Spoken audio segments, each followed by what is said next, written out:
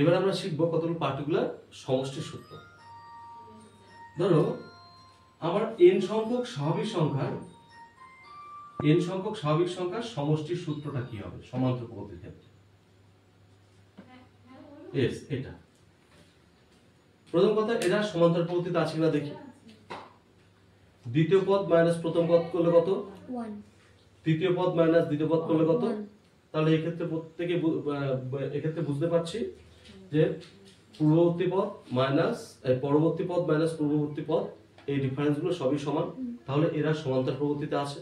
এই টার্মগুলো 1 2 3 এর সমান্তর পদ্ধতিতে আছে এবং তাদের সমষ্টিটা চাইছি। তাহলে সমষ্টির আমরা সূত্র শিখেছিলাম কি? দুটো সূত্র শিখেছিলাম, n into a plus l by 2 একটা শিখেছিলাম, আর একটা শিখেছিলাম n into n by 2 into, ঠিক আছে, n বাই 2 ইনটু কি শিখেছিলাম? 2a plus n minus 1 into d, সমষ্টি সূত্র এটা শিখেছিলাম।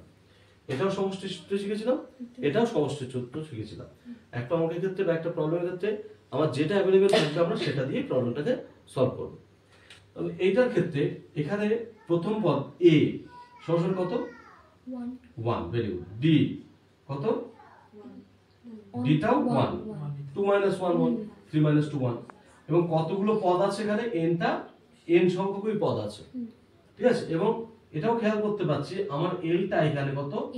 n ই আসছে, l টা n ই আসছে। তাহলে আমরা সরাসরি এটা বা এটা যেটাতেই বসায় না গেল সেক্ষেত্রে ফর্মুলাটা কি হচ্ছে? এখানে n হচ্ছে a মানে কত? 1, l মানে কত? l মানে n ডিভাইডেড বাই 2। তার মানে আমার ফর্মুলাটা আসছে n into n plus 1 by 2। এটা হচ্ছে সমষ্টির ফর্মুলা। কার? যে n সংখ্যক স্বাভাবিক সংখ্যার সমষ্টির ফর্মুলা। ক্লিয়ার হয়েছে? আচ্ছা, এবার আমরা যদি একটু প্রবলেমটাকে অন্যরকম ভাবে দিই,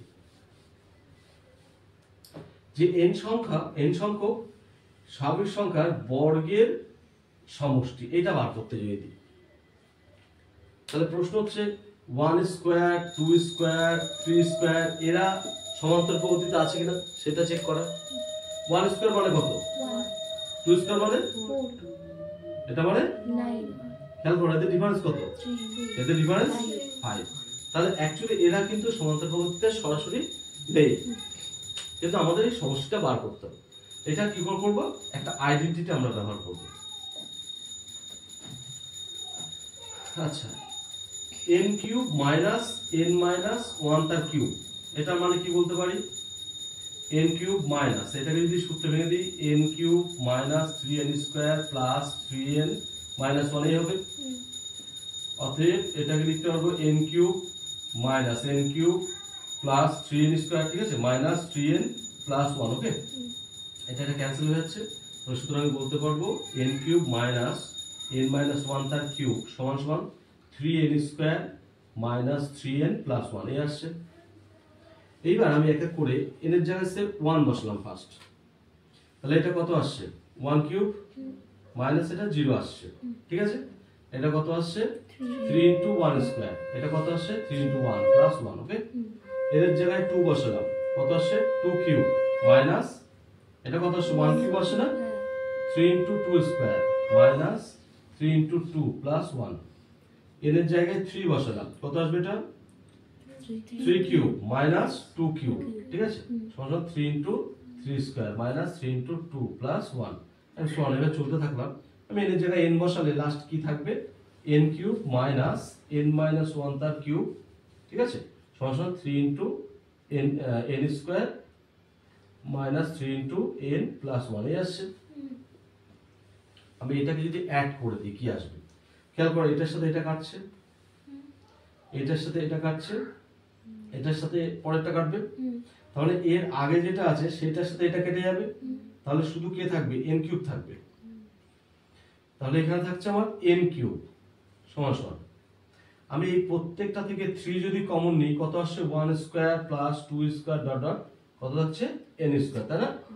মাইনাস প্রত্যেকের সাথে থেকে যদি 3 আমি কমন নিই কত হচ্ছে? 3 into 1 plus 2 plus dot dot n এই থাকছে, তাই তো। আর এখানে কতগুলো 1 আছে? প্লাস n সংখ্যক 1 আছে, তার মানে n। এবার আমার দরকার এই ফর্মুলাটা, আমার দরকার এই ফর্মুলাটা।